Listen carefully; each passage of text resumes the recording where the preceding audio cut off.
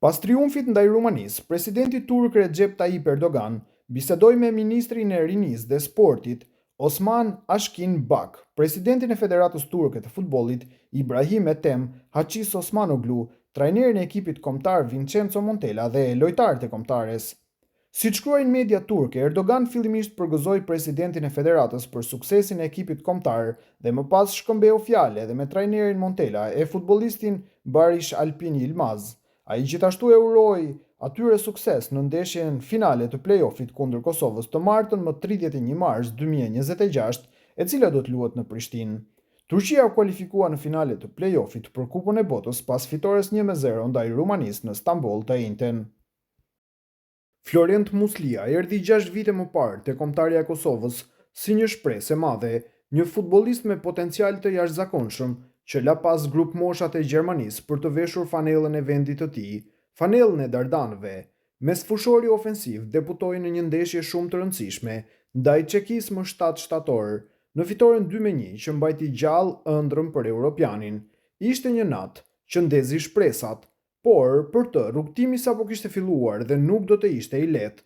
Fillimisht, Muslijes në kombëtarin e Kosovës nuk ishte ai që shumë kush e kishte imagjinuar.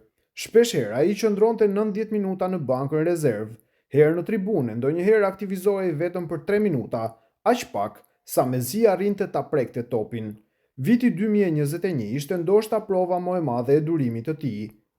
Nga 11 ndeshje të zhvilluara nga Kosova, ai luajti vetëm 3, duke grumbulluar minuta thuajse simbolike, 6 minuta ndaj Greqisë, 3 ndaj Suedisë dhe 4 ndaj Gjeorgjisë.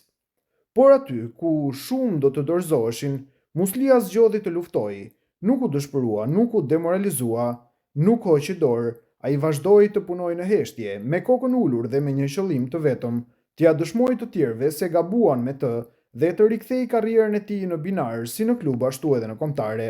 Dhe nga viti 2022 gjithçka filloi të ndryshojë. 27 vjeçari tashmë nuk është më ai lojtari i minutave të fundit. Sot flasim për një tjetër Florent, për trurin e kombëtares së Kosovës në fushë, një lider i heshtur, nga këmbët e të cilit lind çdo aksion, një futbollist që të bën të shijosh futbollin sa herë ka topin dhe të bën të dashurosh lojën më të bukur në botë. Në një intervistë për Telegrafin, Muslia tregon se nuk i intereson se sa luan, ati intereson vetëm suksesi i kombëtares së Kosovës.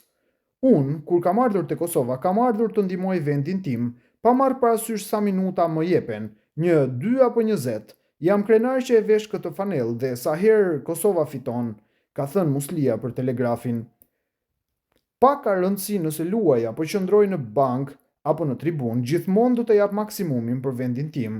Tifozët tashmë e krahasojnë me Pedrin e Barcelonës për mënyrën se si lëviz, si mendon dhe si krijon në fushë, por Muslia ka krijuar identitetin e tij, një stil që është bërë thelbi i lojës së Kosovës, dhe jo vetëm asistime, ai di edhe të shënoj, por jo gola normal, vetëm gola spektakolar. Në fundin e kualifikuesve shënoi një gol spektakolar ndaj Zvicrës, ndërsa ndaj Slovakisë realizoi një kryevepër nga gjuajtja e lirë, një moment që ndezi stadiumin e Bratislavës dhe zemrat e tifozëve për të rikthyer spektatorë të Kosovës. Trajneri më beson, më jep liri dhe fusha po tregon më së miri se çfarë jam në gjendje të bëj. Goli i parë nga goditja e lirë me kombëtaren ishte i veçantë sepse na afroi më shumë drejt botrorit, thot Muslia. Sot ëndra është më e gjallë se kurrë. Kosova është vetëm një fitore larg diçkaje të paimagjinueshme, të shkojë në kampionatin botror. Të martën mbrëma, me fillim nga ora 20:45, Dardanët presin Turqinë, Fadil Vokri, dhe një triumf në atë takim do të thotë kualifikim në Kupën e Botës që zhvillohet këtë vit në SBA, Kanada dhe Meksik. Muslia ka një mesazh të qartë dhe është një mesazh që buron nga thellësia e zemrës. Asgjë nuk ka përfunduar. Në ndeshjen e radhës do të vdesim në fushë për t'i bërë të lumtur tifozët tanë dhe për të arritur objektivin që të shkojmë në botror. Nuk do të jetë lehtë, por ne jemi Kosova, jemi djem Dardan që japim gjithçka për këtë fanellë, përfundoi Muslia. Dhe ndoshta pikërisht kjo është historia më e bukur, nga 3 minuta në fund të ndeshjeve, në zemrën dhe trurin e një kombëtareje që ëndërron botrorin.